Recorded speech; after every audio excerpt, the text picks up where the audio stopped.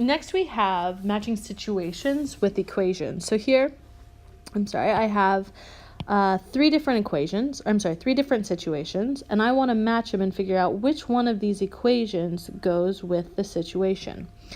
I want you to pause the video and see if you can do this by yourself. You'll learn it better if you do that. Go ahead and pause it now.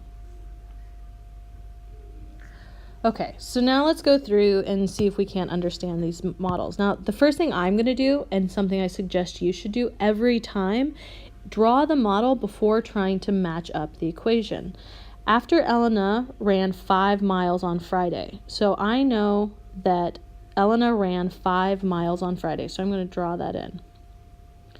So 5 miles on Friday. She had run a total of 20 miles for the entire week, or for the week, it doesn't say entire. For the week. So it says after Elena ran the 5 miles. So in the week includes those 5 miles. So I'm just going to draw what her week would look like. I'm going to call this her week. This is my 5 miles. And in that week, she ran a total of 20 miles. Okay. She ran X miles before Friday. So if 5 is what she ran on Friday, then before all of this over here must be X.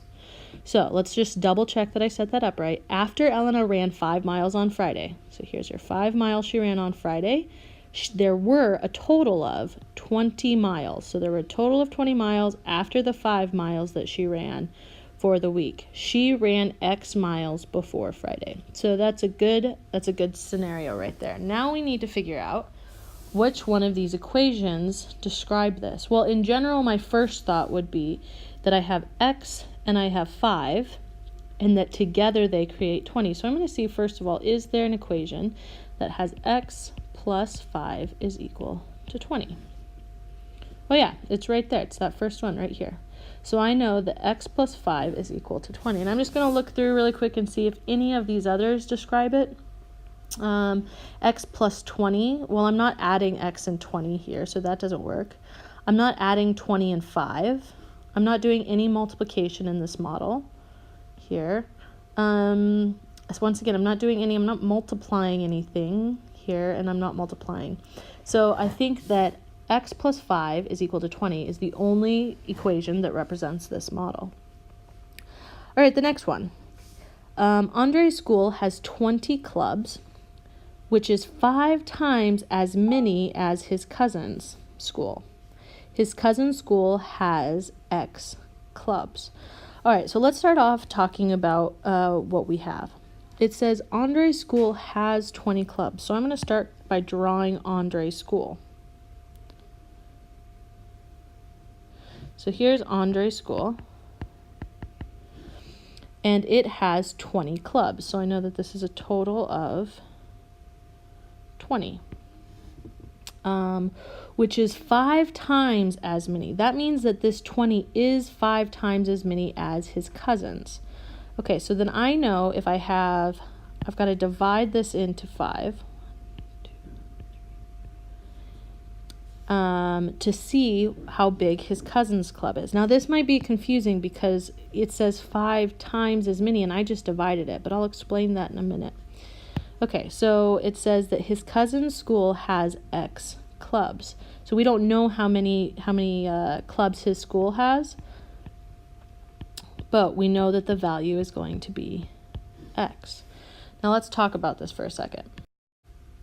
This word situation can be difficult when you think about, when you see this, which is 5 times. Your brain automatically, you've been trained by your previous math teachers that when you see the word times, that means multiply. But think for a second, if I say, I have 3 times as many cookies as you. Does that mean that you have more cookies, or does that mean that I have more cookies? If I have 3 times as many. Well, that would mean, if this is you, this is me. If I have 3 times as many cookies, if you have 1 cookie, it means that I have 3 cookies. So I have your number of cookies times 3. In that exact same way, Andre's school is 20, which is 5 times as many as his cousins.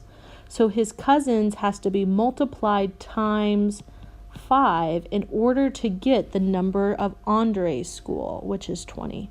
So be very, very careful about these. They can be tricky. This is why drawing the model is so important. All right, got that cleaned up. Now let's figure out which models this can be represented by. Now my automatic instinct is to think that I've got x and x and x and x and x. So I've got 5x, and that altogether 5x, which remember means 5 times x, is going to be equal to 20. Well, let's see if I've got that. And I do.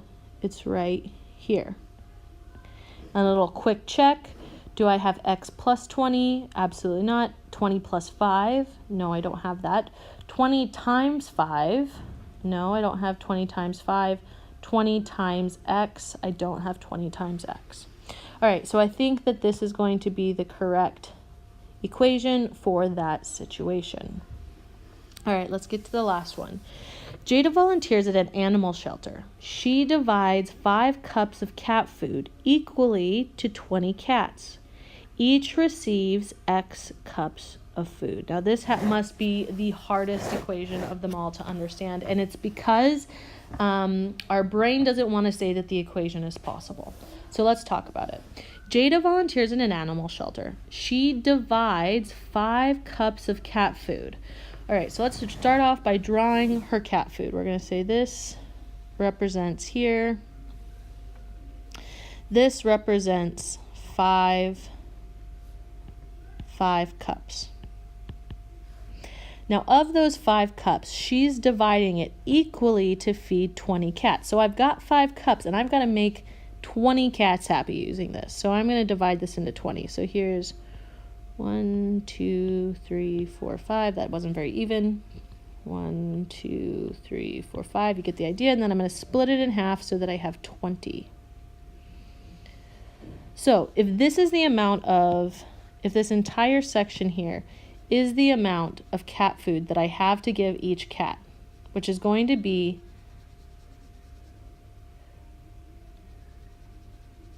there we go, which is going to be 5 cups. That means that each cat gets one of these sections, just one of them, right? Each cat gets it. So each cat, it says, each cat receives X cups. So that means that this is going to be worth X. Oops, I need a pen.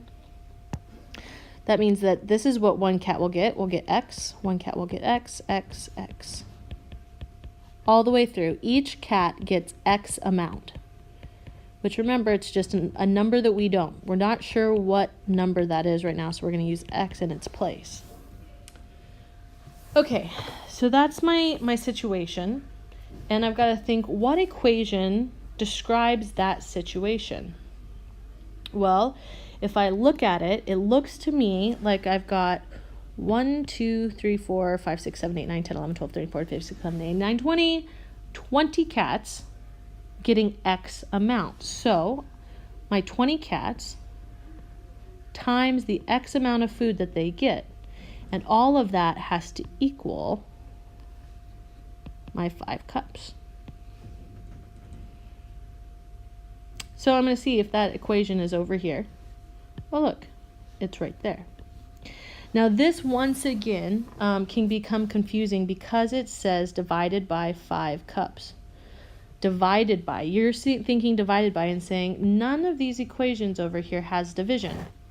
But that's why it's important to set up the model so that you can make sure that you're understanding what's going on.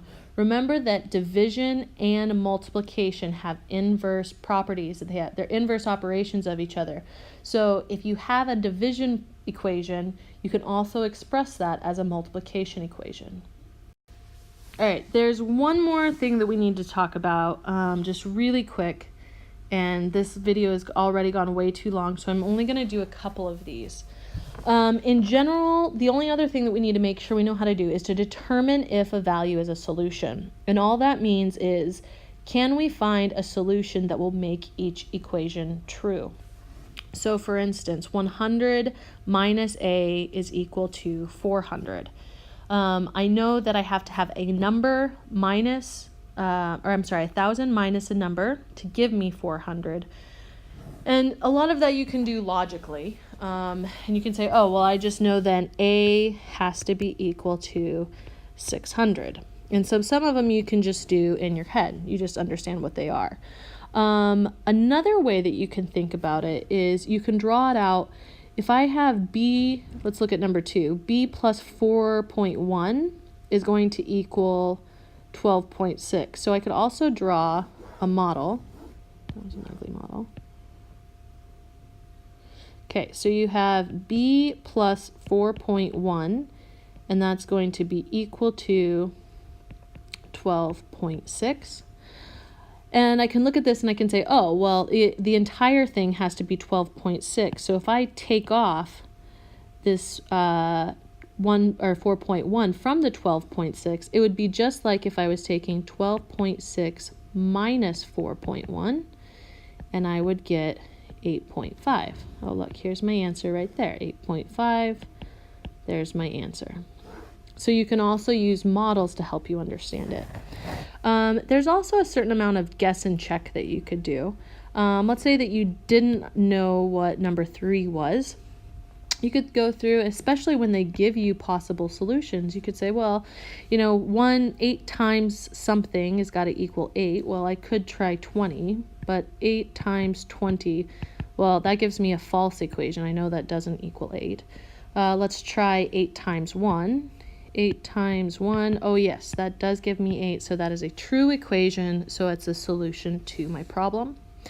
Another thing I could try is just logically thinking, here I've got 2/3 times a number has to equal 10/9, and I could be thinking about, well, I know I've got a fraction multiplied by something gives me a different fraction.